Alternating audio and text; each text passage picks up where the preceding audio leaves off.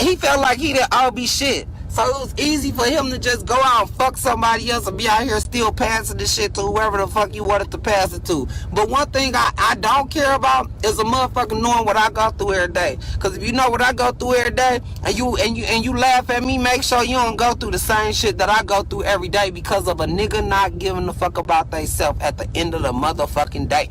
That's all it boils down to. So you know what? Every day, like, I live to love, because if I live to love a stranger every day, I love living every day, because I never run out of strangers to love. And that's what really pulled me through on my day-to-day activities, like my day-to-day life, you know what I'm saying? And me waking up every morning, doing my little push-ups, my little sit-ups, and living with HIV. Like, the shit is real. Niggas do not care. They do not care. Like, they do not care. Like, I felt like if I had not had HIV, like, I know it's still probably not too late, but I would have went back to my baby mama, because the gays is ruthless out here. Like, they ruthless. Like, they be looking at me like I'm crazy. Like, I meet so many men because I'm fine as fuck. I'm fine as fuck. Like, I finally feel like I'm that fine nigga again. Like, this nigga, my ex-nigga had took my whole self, everything, my image, my respect for myself. He had took my care for myself. Like, I had got down to 115 pounds looking bad out here because I had got so depressed and I couldn't understand how a motherfucker can ruin my life like they did and still live a day-to-day activity like he did nothing. And so I had to see in myself and realize that sometimes when people are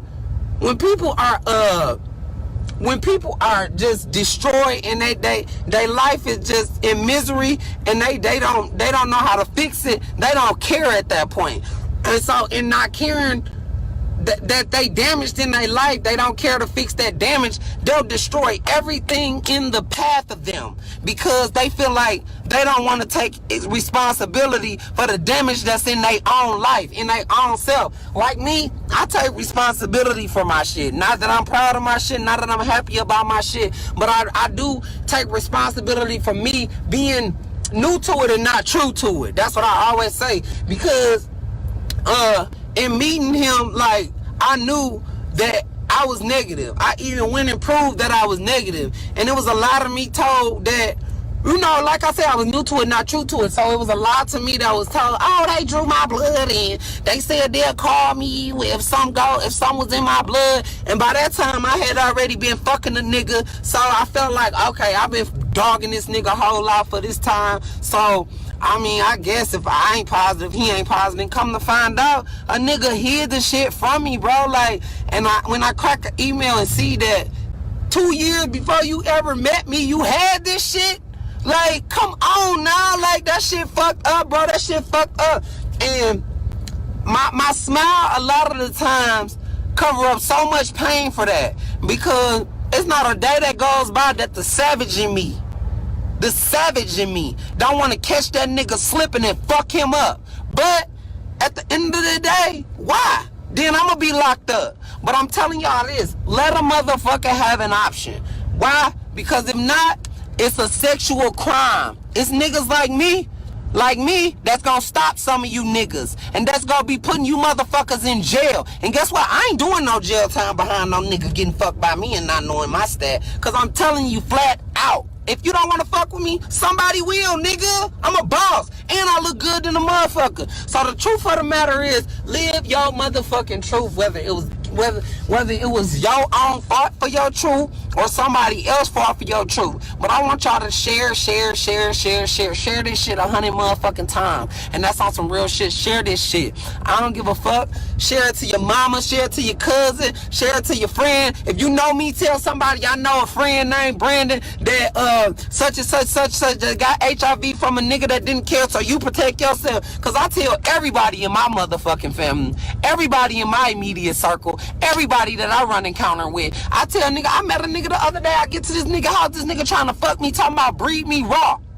I said, bro, I'm HIV positive. I said, be careful who you want to just fuck you out here. I said, but see, I'm that nigga that's gonna put you up on game and let you know what happens. You know what I'm saying? And what it really is. Everybody ain't that motherfucking truthful. I love you too, Sonny. I love you too. And everybody not that truthful. Everybody don't care enough about theyself to respect theyself enough to say, I'm not gonna put somebody else in the bad situation that I'm in. Cause whether you believe it or not, the situation of walking around with HIV every day and having to worry about a pill, and if you don't take the motherfucker, you get sick. If you don't take the motherfucker, your immune system starts to break down. The truth of the matter is, it's an illness. And it's hard every day to deal with. Oh shit, I can't forget my pill, or I'm not gonna have a productive life. No, that's not life. But I want y'all to share this shit 100,000 times. I don't give a fuck. Share that shit. It ain't embarrassing to me, nigga. You can't tell me you got HIV, bitch, with your nasty ass. No, you can't tell me that and not be ashamed. I'm not ashamed of the shit. I'm out here to try to make sure somebody else live a better life without the shit. Like, I'm the life that I'm not living because I didn't have a choice. You know what I'm saying? At the end of the day, I did kind of have a choice, but when you fucking with somebody in love, it gets all in the midst of it, and it's love, you tend to put your eggs in one basket and all the eggs get cracked. Don't do that shit. Word of advice, word of knowledge, word of wisdom, a word to the wise is sufficient, and a sufficient word is enough. If y'all niggas don't get it from nowhere else, get it from me, because I'm a motherfucking living testimony. I swear to God to you. Like, I don't swear to God, but I promise to you, like, on everything I love, on all my kids, dog, on all 6 of my children. Like, this shit is real, and niggas do not care. They don't care. Your man could be fucking a punk who's sucking his dick and whatever and got that shit, and that punk ain't gonna tell your nigga what's going on, and you letting them come home raw dogging you. Stay up on y'all stat. Stay tested. I can remember I got a what's that called? A photo grid in my phone. Before I met him, after I met him, my test before and my test after, and niggas don't care. So if y'all want to do anything for me, y'all ain't gotta cash at me nothing, because I ain't one of them gays that need y'all to cash at me a few dollars for nothing, for no news, none of that. I don't need none of that shit. But if y'all want to do anything for me, share this shit. All the people that came on this motherfucker, since I've been living with it now since March the 31st of last year. That's when I found out. March the 31st of last year. I was on my ex insurance, and I had just beat cancer, and so I was like, well, let me go get some blood work done and shit, woo woo woo, knowing that I had never slept with nobody else in Atlanta, never. He was the one that I was only sleeping with, and share Cardi share, but he was the only person I was sleeping with. And so I had knew when I went to the doctor, they did my blood work and all of that shit. The doctor called me, and the nigga was laying right in the bed next to me, and I can remember seeing Dr. Pryor called, and she said, I've been exposed to HIV. This nigga cried that 31st, the 1st, the 2nd, no, the 31st, the 1st, the 2nd, yep, and then the 3rd, 4th, the 4th, he was back online looking for niggas over his best friend house on the west side, looking for niggas saying he was negative with HIV. So it made me feel like, damn, this nigga just, his whole sorry was just all fraudulent. And then he still swore to me that he didn't know. And come to find out, like, after we separated, like, he was on my phone playing and shit. And so I had took my phone back, and his shit was still logged in. And I got in his shit, and once I got in his shit, I saw an email from an infectious disease doctor back in 2015. And now anybody living with HIV know that you are never referred to an infectious disease doctor unless the infectious disease has already been detected in your bloodstream. And so I was like, damn, you already knew, you know what I mean? And I loved him so much that I just accepted he didn't know he was positive. Rochelle, share this. If you love me, share this shit. If you my friend and family on this motherfucking stat, share this shit, because this shit is real. But I just let him kind of like, I was just so in love with him, and like after finding out, like I just felt like I just didn't want to ever have to disclose with another man or woman. Like I was just gonna live the rest of my life being loyal and faithful to him. And so I don't cry about it no more, thank God, because I was crying like a motherfucker at first. But he had me so the veil was over my face where I couldn't see nothing but what he was telling me. You know what I mean? Like, oh, I ain't know. And then when we separated, I had got my phone back from him, and I got in his shit, and I saw that he had been knowing since 2005. So niggas not gonna tell you shit. They not gonna tell you nothing. But if you fuck with me, like I fuck with y'all, cause clearly I fucks with y'all to be putting this shit up here like this, for y'all to save somebody, nigga. That's what I'm doing, nigga. I'm trying to save somebody. Like, nigga, share this shit. Share this shit. You ain't gotta like me. You ain't gotta like what I'm saying. You could be dealing with it low key or whatever and know what's going on.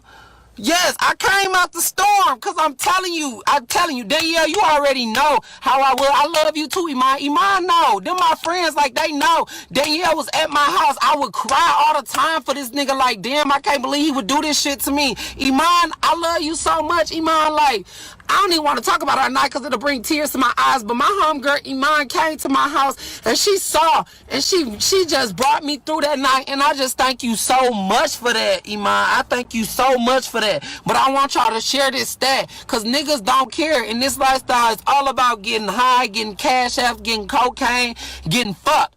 That's all it's about. Like, and I kind of knew. I remember my mama telling me when I got in this lifestyle, she's like, Brandon, I'm not saying I don't think it's a lifestyle for you because I'm opposed to gay, the gay lifestyle when I'm in church and stuff like that. She said, I'm not saying that I don't think it's for you because of that. She said, I simply say I don't think it's for you because of the good person you are.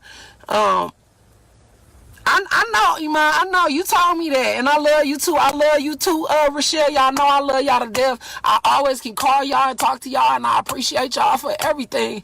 Like, but back to what I was saying. My mom had told me when I told my mom about my stat. My mom just cried on the phone, and it just broke my spirit. And my mom said, "I'm not crying because you positive or anything." She was like, "I'm crying because." And I'm hurt because I just never worried about you in this lifestyle when it came to that type of thing.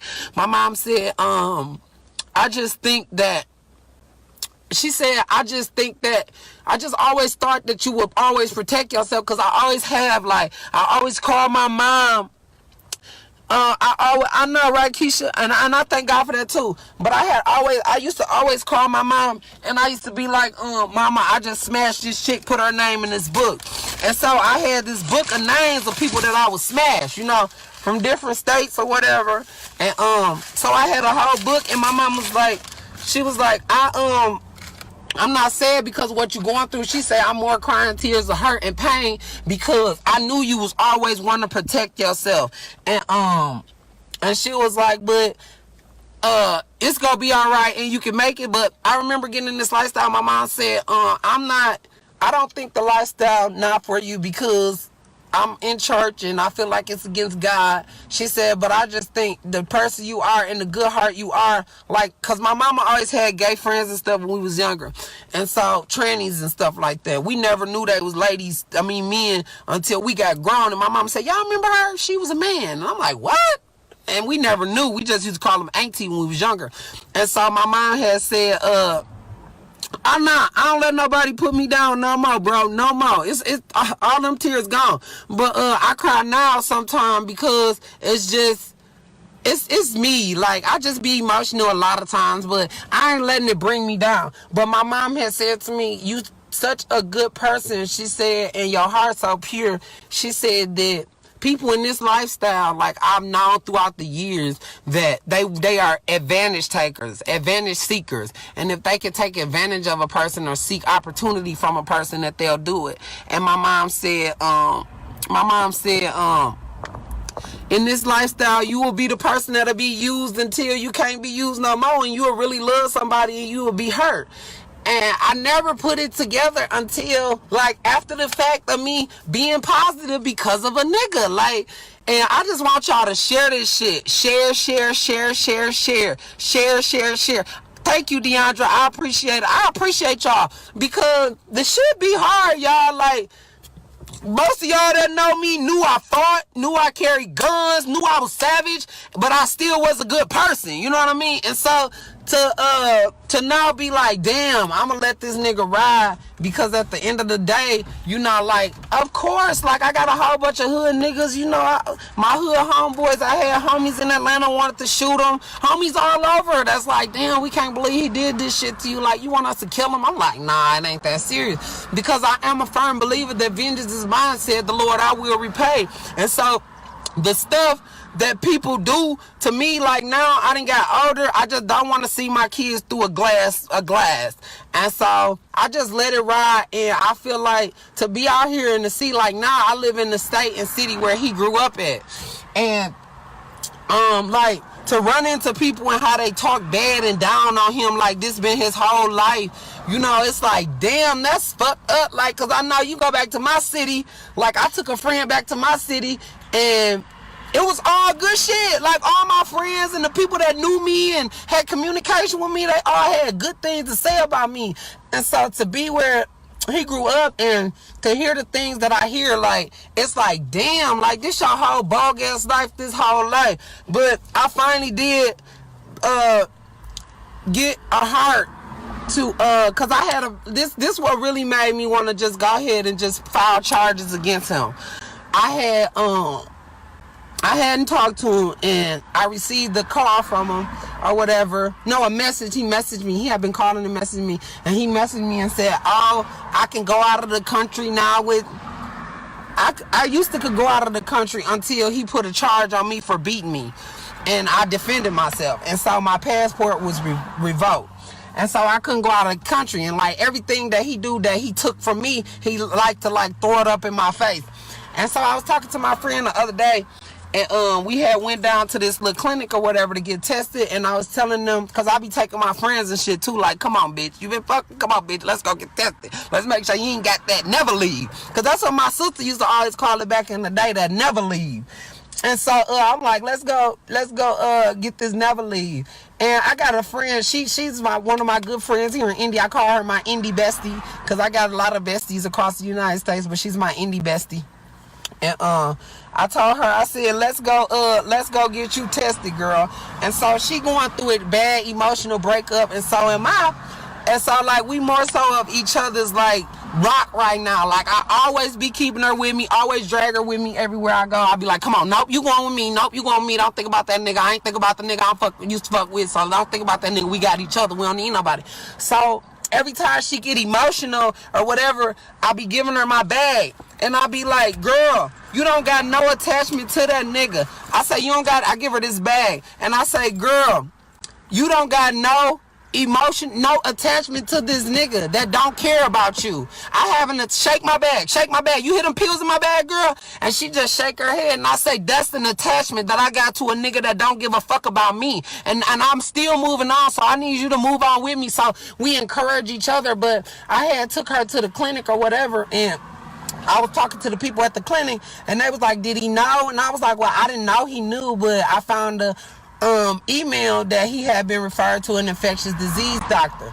And they was like, oh, well, if he was referred, then was it referral before you? And I'm like, yeah.